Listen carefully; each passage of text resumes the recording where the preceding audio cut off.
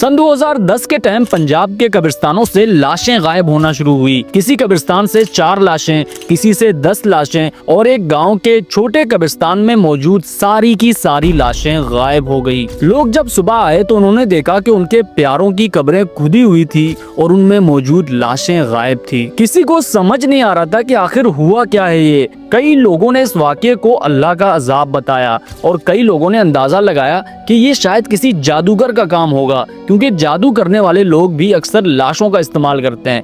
और कुछ लोगों ने अंदाजा लगाया कि ये शायद किसी जंगली जानवर का काम होगा, पर उनके सारे लगाए गए अंदाजे गलत थे। ऐसा कुछ नहीं था। 4 महीने तक इसी तरह कब्रों से लाशें गायब होती रही और 4 महीने बाद पुलिस ने पता लगा लिया कि ये लाशें कैसे गायब हो रही थी, कौन ये लाशें गायब कर रहा था और उन लाशों के साथ होता क्या था।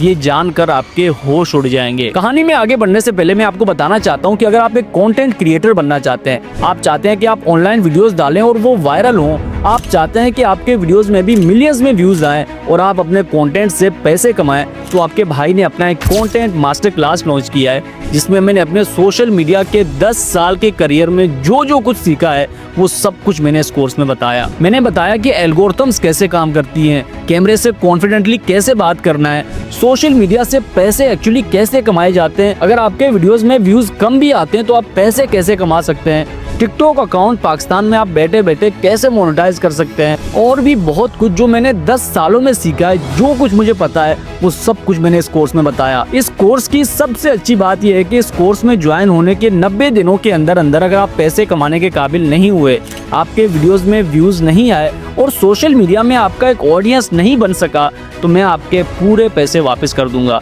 यानी या तो आप वायरल होंगे या आपके पूरे पैसे वापस किए जाएंगे बिना एक भी सवाल पूछे। इस कोर्स की लाइफ टाइम फीस वैसे तो 6000 रुपए है, लेकिन आप सबके लिए कुछ दिनों तक हमने एक ऑफर लगाई है जिसमें ये कोर्स आपको मिलेगा सिर्फ और सिर्फ 2800 रुपए में। अगर आप ज्वाइन होना चाहते हैं तो स्क्रीन पे दिए गए नंबर्स पे राब्ता करें और हमारे इस कंटेंट मास्टर क्लास में ज्वाइन हो जाएं। Back to the story. ये कहानी शुरू होती है 4 अक्टूबर सन 2010 को। सायरा परवीन नामी एक लड़की जो पंजाब के दरिया खान नामी एक गांव में रहती थी, वो शाम 7 बजे ट्यूशन से घर वापस आ रही थी। रास्ते में एक कब्रिस्तान भी पड़ता था और सायरा जब वहां से गुजर रही थी तो उसने कब्रिस्तान के अंदर एक अजीब चीज देखी। उसने देखा कि कब्रों के बीच में कोई चल रहा था और उसके पूरे जिस्म में कफन लिपटा हुआ था। वो कोई साया था या कोई इंसान था, अंधेरे में उसको ये चीज तो समझ नहीं आई, पर वो डर गई थी और डर के मारे उसने तेज तेज चलना शुरू किया और अपने घर के तरफ बढ़ने लगी। घर पहुंचकर सायरा ने ये सारी बातें अपने वालिदैन को बताई और वालिदैन ने सायरा को दिलासा दिया कि ऐसा कुछ नहीं है, ये सब तुम्हारा वहम है, और अगर वहाँ कोई था भी तो वो कोई इंसान ही होगा जो कब्रिस्तान में फातिहा पढ़ने आया होगा। खैर ये बात वहीं खत्म हुई। अगले दिन सायरा फिर से ट्यूशन के लिए रवाना हुई और जब उसके छुट्टी का टाइम हुआ तो इस बार सायरा वापस घर नहीं आई। वैसे तो वो शाम 7 बजे ही घर आ जाती थी, पर रात के 8 बज गए और सायरा घर वापस नहीं आई थी। तो उसके घर वालों ने ट्यूशन कॉल करके सायरा का पूछा, पर ट्यूशन वालों ने बताया कि सायरा तो बहुत पहले ही घर के लिए निकल गई थी। ये सुनकर उसके घर वालों के होश उड़ गए। उन्होंने सबसे पहले अपने रिश्तेदारों के घर मालूम किया कि शायद वो वहीं गई हो और सायरा के दोस्तों से भी मालूम करना शुरू किया, पर सायरा का कुछ पता नहीं चल रहा था। रात के 11 बजे जब उसके घर वाले उसको हर जगह ढूंढ रहे थे और इत्तेफाकन जब उनकी गुजर उस कब्रिस्तान वाले रास्ते से हुई तो उन्होंने देखा कि सड़क के बीच में सायरा की लाश पड़ी हुई है। ये देखकर उनकी तो जैसे दुनिया ही खत्म हो गई। उन्होंने पुलिस बुलाया और पुलिस ने आकर जब तहकीक किया तो उनको समझ ही नहीं आई कि इसकी मौत आखिर हुई कैसे। एक तरफ सायरा के वालिदैन बता रहे थे कि वो बिल्कुल सेहतमंद थी और उसे कोई बीमारी नहीं था, और दूसरी तरफ पुलिस को वहाँ सायरा के कदमों के निशानों के अलावा कोई निशान नहीं मिल रहा था और ना ही उसके जिस्म पर कोई मारने कूटने का या काटने का निशान था जिससे ये जाहिर हो कि इसको कत्ल किया गया है। और ये सब कुछ देखकर पुलिस हैरान थी कि इसकी मौत हुई कैसे। खैर अगले दिन सायरा के मजहबी रसूमात अदा करके उसको उसी कब्रिस्तान में दफन किया गया, पर हद तो तब हुई जब अगले दिन उसके घर वाले उसके कब्र पर फातिहा पढ़ने आए तो उन्होंने देखा कि सायरा की कब्र खुदी हुई थी और उसकी लाश कब्र से गायब थी। ये देखकर उनके होश उड़ गए। उन्होंने फौरन से अपने सभी रिश्तेदारों और फैमिली मेंबर्स को कॉल किया और कब्रिस्तान बुलाया, और जो भी फैमिली मेंबर कब्रिस्तान आता और ये खाली कब्र देखता वो हैरान हो जाता। उन्होंने बहुत ढूंढा पुलिस को भी इन्वॉल्व किया पर उनके हाथ कुछ नहीं लगा। सायरा की यूं अचानक मौत होना और उसके कब्र से उसकी लाश का गायब हो जाना, इस चीज ने पूरे मोहल्ले में खौफ का माहौल बना दिया था। इस वाकये के ठीक एक हफ्ते बाद उसी इलाके के एक इमाम साहब जब मस्जिद में इशा की नमाज पढ़ाकर वापस अपने घर की तरफ आ रहे थे तो उसने भी कब्रिस्तान में कुछ अजीब चीजें देखी। उसने देखा कि एक चीज कब्रों के बीच में भाग रही है और उसने अपने पूरे जिस्म में कफन लपेटा हुआ है। कारी साहब को ये चीज अजीब तो लगी पर उसने भी कब्रों के बीच में जाकर देखा नहीं कि वो चीज है आखिर क्या। वो अपने घर आया और खाना खाते वक्त उसने अपने बीवी को और भाई को ये चीज बताया कि उसने आज कब्रिस्तान में एक अजीब सी चीज देखी। खैर इमाम साहब खाना खाकर सो गए और अगले दिन फजर की नमाज पढ़ाने मस्जिद चले गए। पर इस बार इमाम साहब भी वापस घर नहीं आए। उसको भी बहुत ढूंढा गया। पूरे इलाके में लोगों से पूछताछ की गई पर इमाम साहब को फजर की नमाज के बाद किसी ने भी नहीं देखा था। और आखिरकार कारी साहब की भी लाश उसी कब्रिस्तान वाले रास्ते पर मिली। और हैरानगी की बात तो ये है कि जब कारी साहब को दफनाया गया तो अगले दिन कारी साहब की भी लाश कब्र से गायब हो चुकी थी। पुलिस ने बहुत कोशिश की पता लगाने की पर उनके हाथ कुछ नहीं आ रहा था। उन्होंने पूरी रात कब्रिस्तान में भी गुजार कर देखी पर उनको कोई इंसान या कोई भी ऐसी मखलूक नजर नहीं आई। तो असल में उस गाँव में हो क्या रहा था, लाशें गायब कैसे हो रही थी, इस चीज ने सबको परेशान करके रख दिया था। लोगों ने अपने प्यारों को दूर दराज के कब्रिस्तानों में दफनाना शुरू किया। उनकी कब्रों को फौरन से पक्का करना शुरू किया और ऐसे कब्रिस्तानों में अपने प्यारों को दफनाना शुरू किया जहां प्रॉपर कोई चौकीदार हो कब्रों के हिफाजत के लिए और जहां से कोई भी लाश गायब हो जाने का वाकया रिपोर्ट ना हुआ हो। खैर कुछ दिन तक तो पुलिस ने भी खूब इन्वेस्टिगेशन किया पर एक भी सबूत हाथ न आने पर पुलिस ने भी हार मानकर इस केस को रफा दफा कर दिया। अगले एक महीने में उसी कब्रिस्तान वाले रास्ते में सेम उसी तरह 2 लोगों की मौत हुई और उनको भी जब दफनाया गया तो उनकी भी लाशें कब्रों से गायब हो गई थी। अब लोगों को भी समझ आ गया था कि मसला इस कब्रिस्तान वाले रास्ते का है, इसलिए लोगों ने उस कब्रिस्तान वाले रास्ते से आना जाना ही छोड़ दिया था। लोगों ने उस गाँव में अकेले घूमना बंद कर दिया। रात के टाइम कोई अपने घर से निकलता नहीं था और पूरे गांव में खौफ का माहौल बन गया था।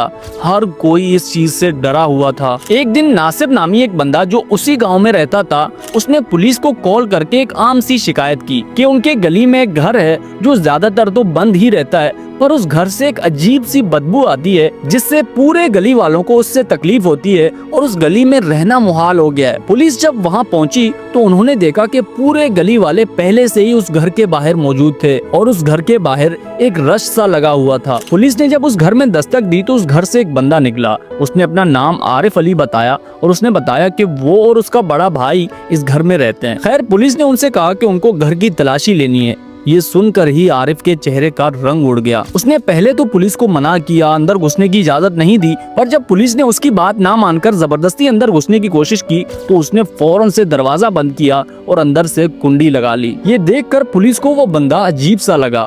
उनको शक हुआ कि जरूर ये बंदा अंदर कुछ छुपा रहा है, इसलिए 2 पुलिस ऑफिसर्स ने वो दरवाजा तोड़ा और वो अंदर चले गए। घर के अंदर जाकर पुलिस वालों के होश उड़ गए। उनको अपने आंखों पे यकीन नहीं आ रहा था जो उन्होंने अंदर देखा था। 17 लाशें उस घर में मौजूद थी और उन 17 लाशों में से एक लाश उस इमाम साहब की भी थी। और अजीब बात यह थी कि उन 17 लाशों में से हर लाश के कुछ न कुछ पार्ट्स कटे हुए थे। कुछ लाशों के पैर कटे हुए थे, कुछ के हाथ कटे हुए थे और कई लाशों को बीच से चीर कर उनके अंदर के आज़ाद निकाले गए थे और कई लाशों के तो सर ही गायब थे। पुलिस ने जब उस बंदे से यानी आरिफ से पूछा कि ये लाशें यहाँ क्या कर रही हैं, इनके हाथ पैर क्यों कटे हुए हैं, तो उसने कोई जवाब नहीं दिया, बस एक इशारा किया अपने घर के किचन के तरफ। जब पुलिस ने वहां जाकर देखा तो उनके पैरों तले जमीन निकल गई और कई पुलिस वाले किचन के अंदर के मनाजिर देखकर ही बाहर भाग गए, क्योंकि उस किचन में एक बड़े से पतीले में मसाले वगैरह डालकर उन सभी लाशों के हाथ पैर और जिस्म के बाकी पार्ट्स पकाए जा रहे थे। और उस पतीले के पास आरिफ का बड़ा भाई बैठा था जो उस पतीले में से इंसानी गोश्त निकाल निकाल कर खा रहा था। पुलिस ने उन दोनों भाइयों को अरेस्ट किया और उनको थाने ले गए। जब थाने में उनसे पूछताछ किया गया तो उन्होंने बताया कि ये दोनों भाई मुख्तलिफ कब्रिस्तानों से लाशें निकाल कर उनका गोश्त खाया करते हैं। क्या किया आपने? ये मैंने नहीं किया है जी, भाई ने किया। कौन से भाई ने किया? ये पड़ा है, पहली लाश है। पहली लाश है। ये जो देगची में टुकड़े पड़े हैं, किसके टुकड़े हैं? ये पाँव के हैं। और इन्होंने कहा कि जो बंदा रात के टाइम लोगों को कब्रिस्तानों में दिखता था और उसको देखने के बाद लोगों की मौत हो जाती थी, वो ये दोनों भाई नहीं हैं। ये दोनों भाई तो सिर्फ कब्रें खोदकर लाशें निकालकर उनका गोश्त खाया करते थे, उन्होंने किसी का कत्ल नहीं किया। असल हैरानगी की बात तो ये है कि उन दोनों भाइयों को जब अगले दिन कोर्ट में पेश किया गया तो पाकिस्तान के आईन में आदमखोरों के लिए कोई सजा ही मौजूद नहीं थी। मतलब अगर कोई शख्स किसी जिंदा इंसान को कत्ल करता है या उसको नुकसान पहुंचाता है, उसके लिए तो सजाएं मौजूद थी, पर पाकिस्तान के कानून में उस टाइम किसी मुर्दा इंसान के गोश्त खाने पर कोई सजा ही मौजूद नहीं थी। इसलिए कोर्ट ने उन दोनों भाइयों को कब्रिस्तान और मुर्दे इंसानों के तौहीन के जुर्म में 2 साल कैद की सजा सुनाई। 2 साल तक वो दोनों भाई जेल में रहे और 2 साल तक ना तो उस कब्रिस्तान वाले रास्ते में किसी की मौत हुई और ना ही किसी कब्र से कोई लाश गायब हुई। लोगों ने भी सुकून का सांस लिया और वो उम्मीद कर रहे थे कि ये दोनों भाई अब सुधर कर वापस आएंगे, पर ऐसा नहीं हुआ। जेल में भी वो दोनों भाई रात के टाइम मुख्तलिफ कैदियों पे हमला करके उनके हाथ, पैर और गर्दन पर अपने दांतों से काट कर गोश्त खाने की कोशिश करते थे, यानी किसी तरह उनको इंसानी गोश्त मिल जाए बस। एक कैदी की उंगली तक काट कर खा ली थी उन दोनों भाइयों ने और जेल में हर टाइम वो चीखते रहते थे कि उनको इंसानी गोश्त चाहिए वरना वो मर जाएंगे। 2 साल तक किसी तरह वो दोनों भाई जेल में रहे और 2 साल बाद जब वो वापस आए तो उन्होंने पूरे पंजाब में तबाही फेर दिया। हर दिन पंजाब के मुख्तलिफ कब्रिस्तानों से 10-10 लाशें गायब होनी शुरू हुई और जो उनके घर के करीब वाली कब्रिस्तान थी, उस कब्रिस्तान में मौजूद तकरीबन सारी लाशें उन्होंने निकाल कर खा ली थी। जिन लाशों में गोश्त होता था वो उन लाशों का गोश्त निकाल कर खाते थे और जो कई साल पुरानी कब्रें थी वो उन लाशों के हड्डियों का सूप बनाकर पीते थे। 1 महीने के अंदर अंदर उन्होंने अपना घर फिर से लाशों से भर दिया और फिर से पूरे मोहल्ले में एक अजीब सी बदबू फैल गई। लोग समझ गए थे कि ये काम उन्हीं दोनों भाइयों का है, इसलिए एक बार फिर से उन्होंने पुलिस में शिकायत की और इस बार अवाम ने भी एहतजाज करने शुरू किए और आवाज उठानी शुरू की कि इन दोनों भाइयों को कड़ी से कड़ी सजा दी जाए। अवाम के एहतजाज को मीडिया ने भी कवर किया और इस तरह पंजाब के एक छोटे से गाँव का मसला अब पूरे पाकिस्तान का मसला बन गया था। पाकिस्तान भर से लोग इनकी मुखालफत करने लगे और गवर्नमेंट से अपील करने लगे कि इनको फांसी दी जाए। इसलिए पुलिस ने भी इस बार इन दोनों भाइयों पे कोई तरस नहीं खाई, इनकी सही से रिमांड ली गई। तो पता चलता है कि रात के टाइम कफन पहनकर कब्रिस्तान में घूमने वाले भी ये दोनों भाई ही थे और जितने भी लोगों का कत्ल उस गाँव में हुआ था वो भी इन दोनों भाइयों ने ही किया था। उन दोनों भाइयों ने पुलिस को ये भी बताया कि उन्होंने एक दिन में 10 इंसानी लाशों को भी काट कर खाया है। हालांकि अगर देखा जाए तो एक इंसान के लिए इतना सारा गोश्त खाना ऑलमोस्ट नामुमकिन है, पर ये लोग कैसे खाते थे इतना सारा गोश्त कुछ नहीं पता। जब पुलिस ने उनसे पूछा कि क्यों खाते हो तुम इंसानी गोश्त, तो उन्होंने बताया कि बहुत साल पहले एक काला जादू करने वाले बाबा ने उनसे कहा कि अगर इंसानी गोश्त खाओगे तो तुम्हारी सारी ख्वाहिशें पूरी होंगी। इसलिए पहले तो उन्होंने शौक में इंसानी गोश्त खानी शुरू की, पर अब इंसानी गोश्त खाना उनके लिए एक नशा जैसा बन गया है। अगर इंसानी गोश्त उनको ना मिले तो वो अपने जिस्म को काट कर भी खा सकते हैं। इनकी इस तरह की दरिंदगी देखकर 17 नवंबर सन 2012 को कोर्ट ने इनको 14 साल जेल की सजा सुनाई।